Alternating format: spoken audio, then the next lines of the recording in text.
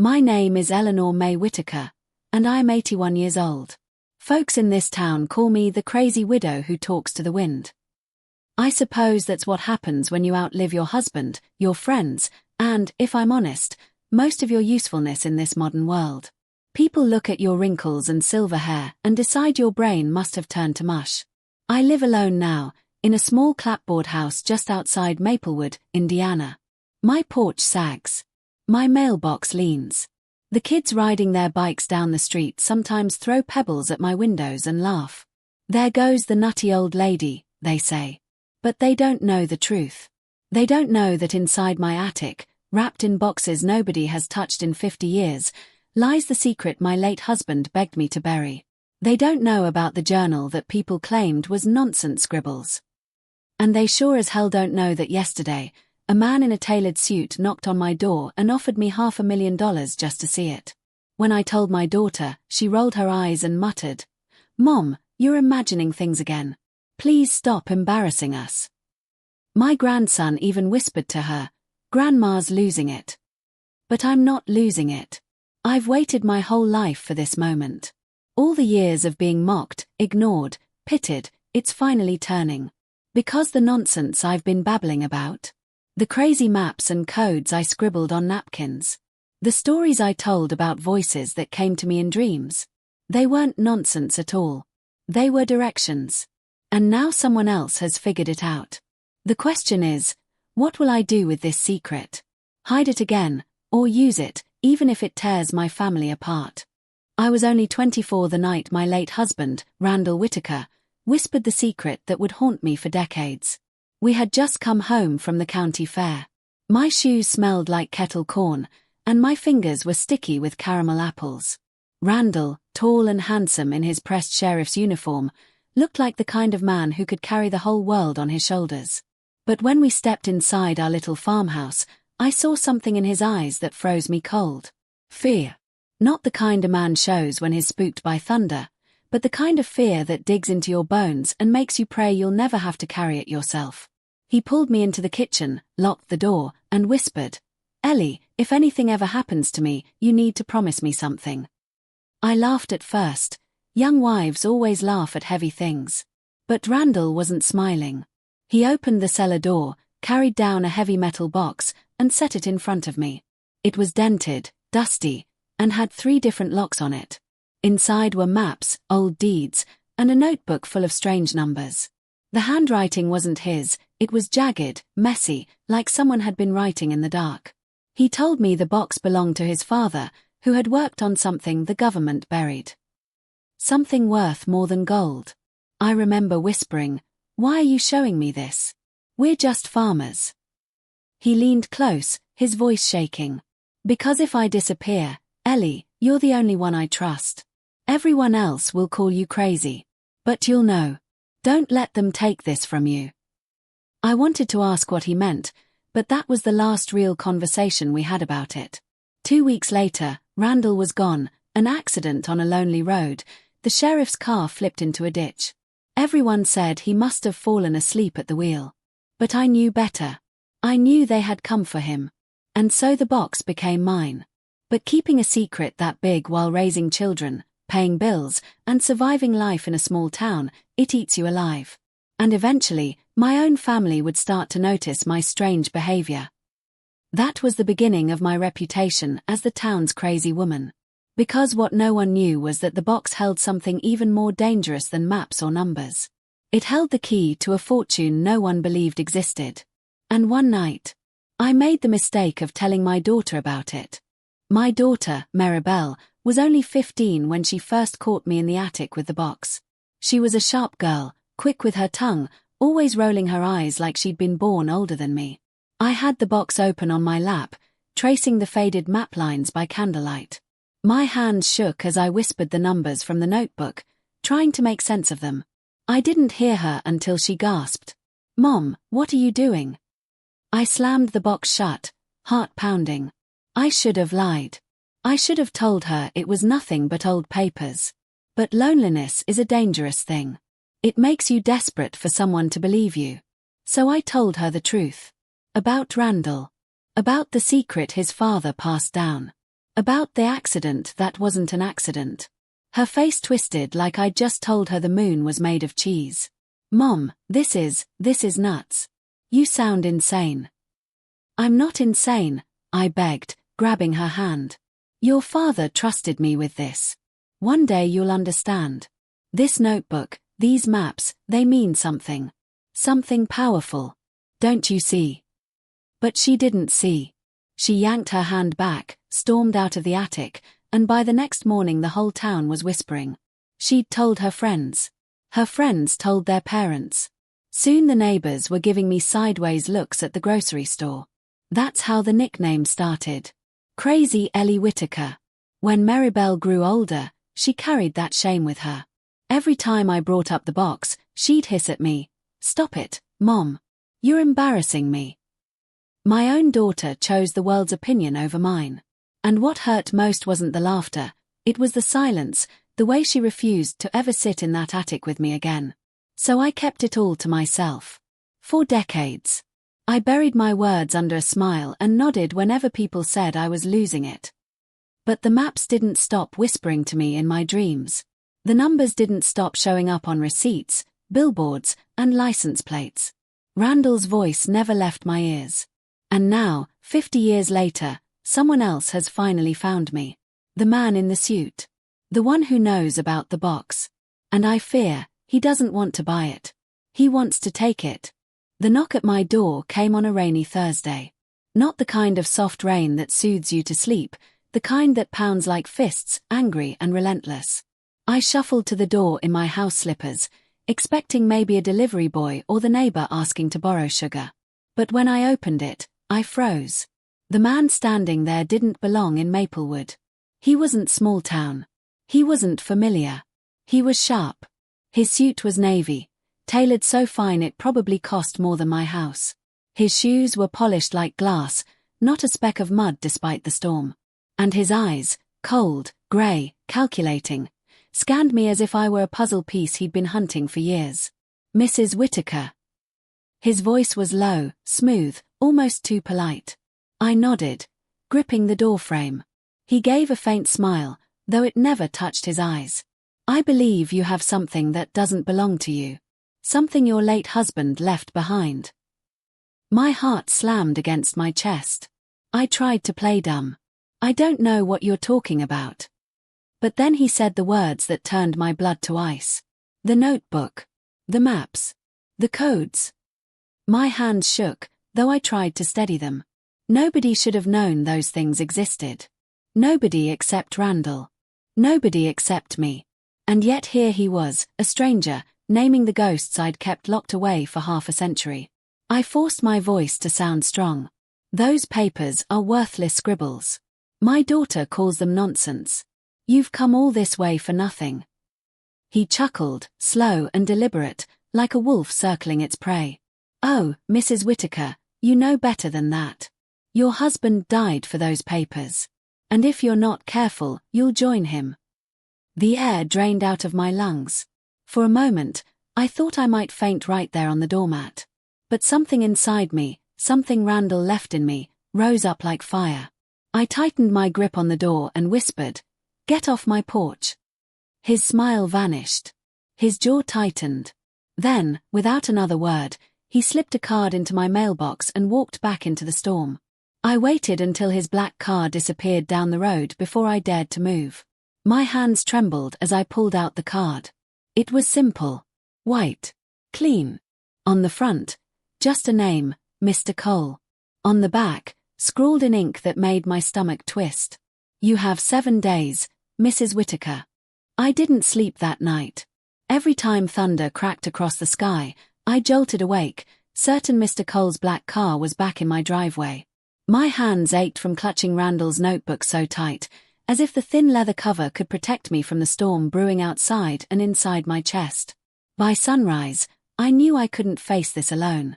I needed my family to finally hear me, to finally believe me. Maybe, just maybe, if they saw the card he left, if they heard the threats with their own ears, they'd understand I wasn't crazy after all. So I called Maribel. My daughter's sigh came heavy through the line. "Mom, I don't have time for your stories right now. We're leaving for church in 10 minutes. This isn't a story. My voice cracked. A man came here last night. He knew about your father. He knew about the notebook. He left me a card, Maribel, he threatened me. Silence. Then, the sound of her muffled whisper to someone else in the room. Finally, she said, Mom, please don't do this. You're scaring the kids. I swallowed the lump in my throat. I'm telling you the truth. The truth. Her voice rose sharp. The truth is you've been holding onto that dusty old box your whole life, and it's ruined you. You embarrassed me in high school, you embarrassed me at my wedding, and now you're scaring my children. Stop it. Just stop. And then, click. The line went dead. My chest felt like it had been hollowed out with a spoon. Even my own flesh and blood refused to stand beside me. I stumbled to the window, gripping the curtains as if the fabric could hold me upright. That's when I saw it. A car. Parked across the street. Engine off. Windows black. And I knew, I wasn't just being watched. I was being counted down. 7 days. But what would happen when the 7 days ran out?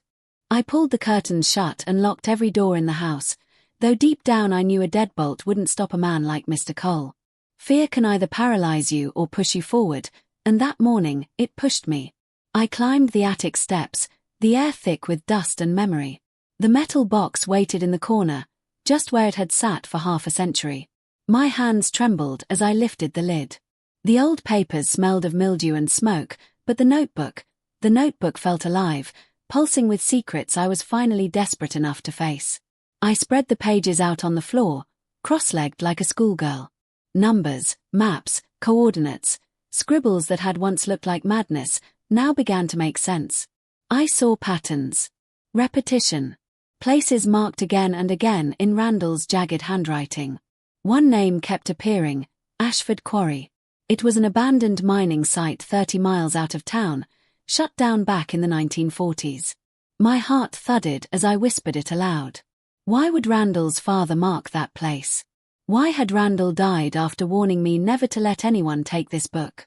As I traced the map lines, a folded sheet slipped loose from the back pocket of the notebook. I hadn't noticed it before. My breath caught when I unfolded it. It was a letter. Randall's handwriting. Ellie, if you're reading this, it means they've come for me. Don't trust the uniforms. Don't trust the banks.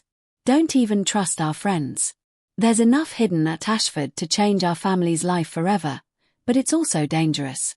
Guard it with your soul. Promise me. I clutched the letter to my chest, tears burning my eyes. After all these years, Randall was still speaking to me, still trusting me. But before the warmth of his words could fully sink in, the phone rang downstairs. Shrill. Demanding. I shuffled down, my heart pounding, and picked it up. Silence at first. Then, a low voice. 7 days, Mrs. Whittaker. Don't make us come inside. Click. The line went dead. I turned slowly toward the front window. The car was still there. Engine off. Waiting. And for the first time in my life, I realized I wasn't just the town's crazy woman anymore. I was the keeper of something powerful. And men like Mr. Cole would burn the world down to get it. The next morning, I woke to the sound of gravel crunching outside. My breath caught as I peeked through the blinds. A different car this time, a sleek black SUV, sat in my driveway. Before I could move, there was a knock at the door. Firm. Unrushed. The kind of knock that says, "We're not leaving until you answer." My knees shook as I opened it. And there he was, Mr. Cole. Same sharp suit, same empty smile. But this time, he wasn't alone. A young woman stood beside him, maybe late 20s, dressed in business clothes, her hair pulled back so tight it looked painful. She held a leather folder against her chest, like a soldier clutching a rifle. "Good morning, Mrs. Whittaker," Cole said smoothly. "We thought it best to pay you a friendlier visit." I glared at him, gripping the doorknob. "I told you to stay off my porch." His smile widened, but his eyes remained cold. "I admire your spirit. Truly, I do. But I think you're misunderstanding the situation. This isn't just about you anymore." And then he pulled something from the inside pocket of his suit. A photograph. My throat went dry. It was Maribel. My daughter. Walking out of her church with her husband, her arm looped through his. The photograph was fresh, taken just days ago. My hands shook as I whispered, "Leave her out of this." The young woman with the folder stepped forward, her voice calm and professional, almost rehearsed. "Mrs. Whittaker, we're not here to harm anyone. We simply need the notebook. Once it's in our possession, your family will be safe. If not," she trailed off, glancing at the photo in Cole's hand. I felt the floor tilt beneath me. For decades, they'd called me crazy, laughed at me, ignored me. But now, the proof stood on my porch in polished shoes and printed photographs. This was real. Deadly real. I clutched the door tighter, my knuckles white. "If you touch my daughter..." Cole cut me off with a soft chuckle. "Then give us what we came for. You have 5 days left, Mrs. Whittaker. Don't make me take them from her instead." He slipped the photograph onto my doormat like a calling card, then turned and walked back to the SUV. The engine roared to life, tires spitting gravel as they pulled away. I bent down, my breath ragged, my tears falling onto the glossy paper. Maribel's smiling face stared back at me. My child. My only child. And in that moment, I knew hiding was no longer an option. If I didn't solve Randall's secret soon, my family would pay the price. I didn't tell a soul where I was going. If Maribel wouldn't believe me before, there was no point dragging her deeper into danger now. This was mine to face. Mine and Randall's. At dawn, I packed a flashlight, a thermos of coffee, and the notebook into an old canvas bag. My knees screamed with every step as I climbed into my rusted pickup, but fear is a better fuel than gasoline. I drove 30 miles of backroads, the morning fog curling low across the fields, until the land turned grey and broken. Ashford Quarry. The place looked dead, just a pit carved into the earth, jagged rock walls, and a rusted gate half swallowed by weeds. But as I parked and stepped out, the wind shifted. It carried something different. Something waiting. I clutched the notebook, flipping to the map Randall had marked over and over again. The red X wasn't inside the pit, but along its northern edge, near a cluster of old storage sheds. My heart hammered as I climbed the rocky slope. Every few feet, I stopped, listening for footsteps, certain Mr. Cole's people were already here. But the quarry was silent except for crows circling high above. I found the shed Randall had marked, a leaning shack of corrugated metal, its door hanging loose on one hinge. I shoved it open and gagged on the smell of rust and damp earth. Inside, broken tools and rotted crates littered the floor. And then I saw it. In the far corner, beneath a mound of loose stones, was something buried. My hands shook as I clawed at the rocks, scraping my skin raw until my fingers hit metal. A box. Smaller than the one in my attic, but just as heavy. My chest tightened as I dragged it free. The lock had rusted, brittle from decades of weather. One sharp kick with my boot, and it snapped. Inside, wrapped in oiled canvas, were bundles of papers and rolls of film canisters. Some were stamped with government seals, others marked confidential in block letters. Blueprints. Coordinates. Even photographs of machinery I couldn't begin to understand. Randall's voice echoed in my head, "There's enough hidden at Ashford to change our family's life forever." And he was right. Because tucked between the files was a thin envelope filled with bearer bonds, worth hundreds of thousands, maybe millions. Money that could buy back every year of struggle, every grocery bill I'd scraped together with coupons, every sneer I endured as the town crazy. I sank to my knees, laughing and crying all at once. But then I heard it. A car engine. Slow. Approaching. I froze, clutching the box to my chest. The notebook slipped from my bag, pages fluttering across the dusty floor. I wasn't alone anymore. The engine grew louder, echoing off the stone walls of the quarry like a drumbeat of doom. My heart pounded so hard I thought it might crack my ribs. I stuffed the envelope of bonds into my coat pocket, grabbed the smaller metal box, and backed deeper into the shed. Headlights sliced through the morning mist. A black SUV rolled slowly up the gravel path, tires crunching like bones. My breath caught as the driver's door opened. Mr. Cole. He stepped out calm as ever, adjusting his cufflinks, while two larger men climbed from the back seat. Their movements were slow, deliberate, predators who knew their prey had nowhere to run. Mrs. Whittaker, Cole's voice rang out, smooth as silk. You found it. I knew you would. I clutched the box tighter. You'll never have it. His smile widened, cruel and patient. You misunderstand. You don't have a choice. The two men started toward the shed. Panic surged hot in my chest. I stumbled backward, my heel catching on the loose planks of the floor. My flashlight toppled, the beam spinning wildly across the walls before landing on something, a rusted trapdoor in the floorboards. Hope! With shaking hands, I shoved the box into the dark hole beneath and dropped down after it, just as the men's shadows stretched across the shed entrance. The crawl space smelled of earth and rot. I dragged the box along with me, my breath ragged, dust choking my throat. Above me, footsteps thundered. Boards cracked. Find her, Cole ordered. His voice was calm, but now sharp with menace. I crawled faster, the tunnel sloping down into the quarry's belly. My knees screamed with every scrape against stone, but I kept going until the faint glow of daylight appeared ahead. I burst out through a jagged hole in the rocks, gasping for air. For a moment, I thought I was free, until a hand clamped down on my shoulder. One of Cole's men. His grip was iron. He yanked me back, snarling, "Got her!" I screamed, thrashing like a wild animal. My nails clawed his face, and he cursed, tightening his grip until pain shot down my arm. Then, out of nowhere, a voice cut through the chaos. "Let her go." I turned. My breath caught. Standing at the edge of the quarry was Maribel, my daughter, her face pale, her eyes wide, holding the very notebook I had dropped in the shed. For a split second, time froze.